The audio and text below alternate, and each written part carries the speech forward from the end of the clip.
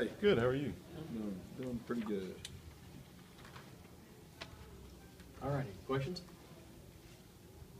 No, well, all right. Neal, does the offense have a set number of those kind of explosive big plays that you want to get in a game, and what are the numbers that you kind of abide by?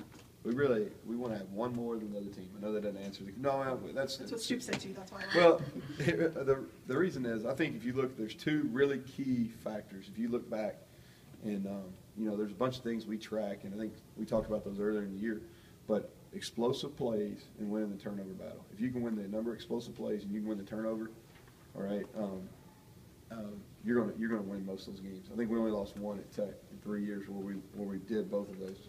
So we just need to have more. We go in, we actually, that's one thing from a game plan perspective. We really try to game plan is to hit some big plays. I think we had 8 last week. The way we look at them is anything plus 16 on pass, plus 12 on a runner screen. Mark said on the teleconference today that Reese had gotten up to the number 2 spot, but he clearly wasn't going to play with 2 games left. Has he shown you enough to where you think he'll be a real factor in that competition in the spring? Yeah, he'll definitely be a factor. He's gonna have a chance without question. What do you like that you've seen in kind of his growth the last few games, especially now that he's getting a lot more reps? You talking about Reese? Yeah. Yeah. Well, here's what I like. I like his demeanor. He's never rattled.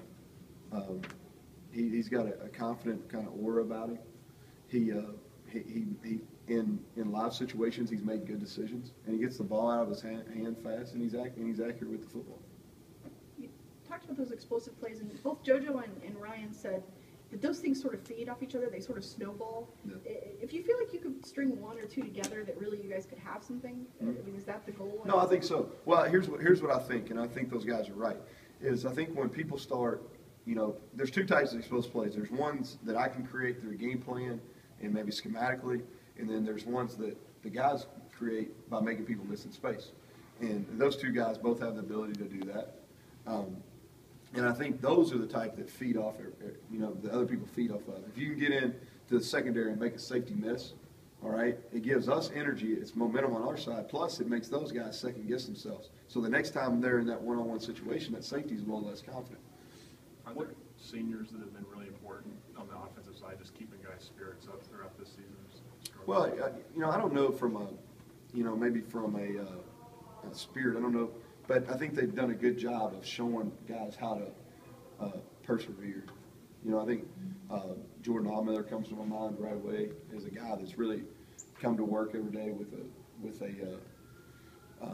right mindset. Let's see who else senior-wise. Kevin Mitchell is a guy that's really works hard every day. He's playing through. He's banged up. He's playing through a lot of injuries. Tyler Robinson has a great attitude. Somebody that's really been hampered this year with a back injury, but he's got a good demeanor every day. So I think those type of guys, it shows our younger guys, hey, you just come, regardless of what happens, you don't lose the same game twice. So whatever happens on Saturday, you come to work on Monday and you get better.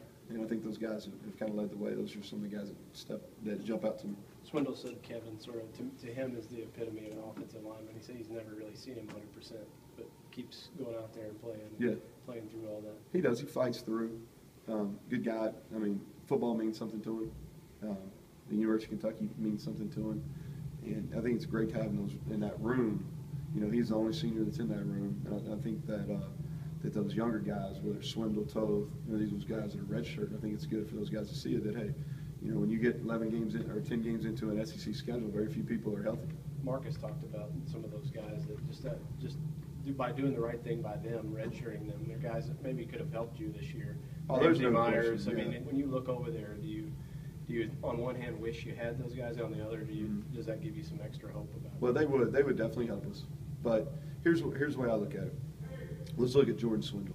All right, Jordan Swindle's a sophomore right now. Now, if he was a redshirt freshman, doing what he's doing, then you're like, oh, you know what I mean? So I just believe that from a wear and tear point up front, I think the right thing is to redshirt those guys. They're going to be so much better as redshirt freshmen and they have a chance to have 4 great years, where this year it would have been up and down. Now, by this time, could they help us? No question. Would they have been a factor week 1, 2, 3? Probably not. And could any of them have gotten as big and strong as they have gotten over this year? No. During the course of a season, Mark talked about how much more those guys are able to lift and Yeah, they put are. on weight. Like Kyle Meadows is a great example. He's put on anywhere from 10 to 15 pounds just from preseason camp. You know, and those guys, because those guys are lifting. You know, they're not traveling, and those guys are able to. They're able to spend more time in the weight room. Not worried about conditioning right now, but just from a strength standpoint, they wouldn't. They would not have gotten as strong as they are right now.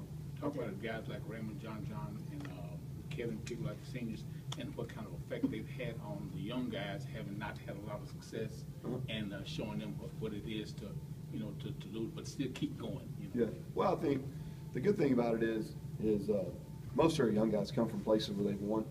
You know, so they don't necessarily have, they're not necessarily beat down.